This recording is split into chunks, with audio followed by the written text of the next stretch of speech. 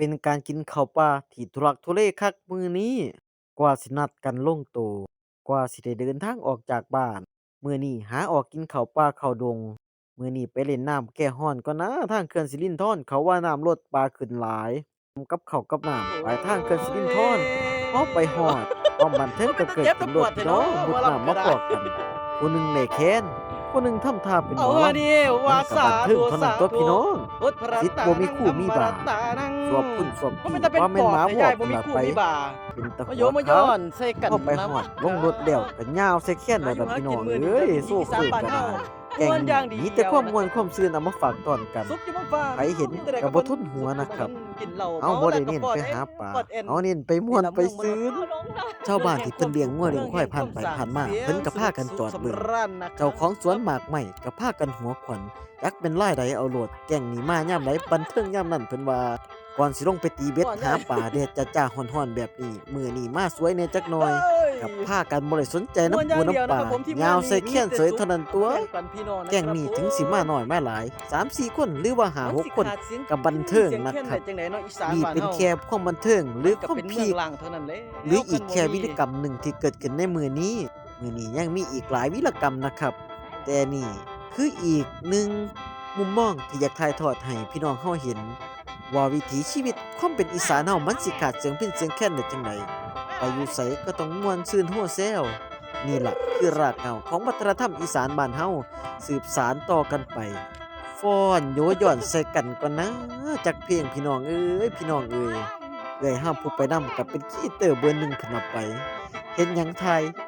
แบบเฮาโลดมีแต่นักคีย์เตอร์ไปนำกันมันก็ม่วนก็ซื่นโลดแล้วคลิปนี้อาจสิบ่มีสาระนะครับแต่มาเว้าสู่กันฟังว่าการไปเล่นการไปม่วนของเฮาการออกไปเติมพลังจากเครียดๆเรื่องงานเฮาก็มาเติมความสุขจากวิถีชีวิตความเป็นอีสานบ้านเฮานี่แหละมาจอยมาม่วนกันนะครับทางหมอแคนก็หัดใหม่ทางหมอลำก็ลำบ่เป็นพี่น้องเอ้ยแต่ว่าก็เข้ากันปานท่าเรือเป่าขึ้นบันไดฟ้อนใส่บาดนั้นพุ่นล่ะไปเสียงหนุ่มเสียงม่วนอีหลีแคนเพิ่นพี่น้องเอ้ยเดี๋ยว EP ต่อไปสิไปหัดลำเด้อหัดลำใส่แคนมาฮ้องให้พี่น้องฟังแบบม่วนๆมาลำมาร้องมาฟ้อน F ฟ้อน N ให้เบิ่งเด้อรอบหน้ารอบนี้มุดน้ำเขื่อนมาพ้อกันนะครับจักมาแต่ทางใดดอกนัดได้ก็มาโลดนะครับเป็นมิตรภาพทางออนไลน์แต้มแรกมาแล้นี่วนะครับ ครับหลังผมจากที่เฮาลงหมายแรกแล้วก็เริ่มหมานเลยล่ะครับว้าวผมปลาตัวแรกที่เฮาได้ก็คือหมอแคนนะครับที่เพิ่นเป่าแคนอยู่นั่นล่ะเพิ่นถวายแคนก่อนนะเพิ่นว่าได้ปลากว่าหมู่3ตัวพุ่นเอาไปก็ใส่กำลังสวยงามนะครับผมส่ำนี่ล่ะใส่ปลาเกลือนนิดนึงครับตรงพอได้ปิ้งพอได้ป่นเพิ่นว่านี่แค่แสดงว่าความสุขชั่วคราวที่เกิดไม้ลับขึ้นครับจากที่ตีปลาแล้วนะครับผมบ่าย2บ่าย3เท่านั้นละตามหาไฟแช็กบ่มีไผดูดยามีไผพกไฟแช็กนะครับไฟสิย่างไก่เฮ็ดกับข้าวก็บ่มีเดินตามหาไฟแช็กตามพุ่มไม้ที่คนใดเพิ่นเคยมาเพิ่นถิ้มไว้นะครับเอามาประดิษฐ์เอาเพื่อสิได้ย่างไก่กินกับส้มตำมื้อนี้ผมมื้อนี้ก็ขอโชว์ฝีมือในการประกอบอาหารบ่ว่าสิย่างไก่หรือว่าสิตำส้มตำจัดไปเลยล่ะครับผมสิพลาดได้จังไดพ่อครัวเบอร์1ของหมู่บ้าน ตั้งเอาเองดอกหว่าว่าแต่มีเครื่องปลาร้าผงชูรสก็แซ่บเบิดนั่นล่ะพี่น้องส้มตำมื้อนี้ก็เป็นตำบักหุ่งเหิมใส่ขนมจีนหรือว่าข้าวปุ้นตำซั่วเข้ากันหอมห่วยๆพี่น้องบ่าย2บ่าย3มันก็หิวข้าวตั่วเนาะตำส้มตำรอไก่ย่างสุก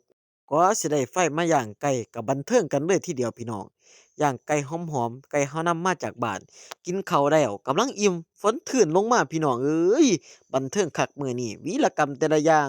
สิ่งที่ไปเจอแต่ละมื้อบ่เคยสวยหรูดอกครับแต่ก็พอม่วนพอมีความสุขกับวันเวลา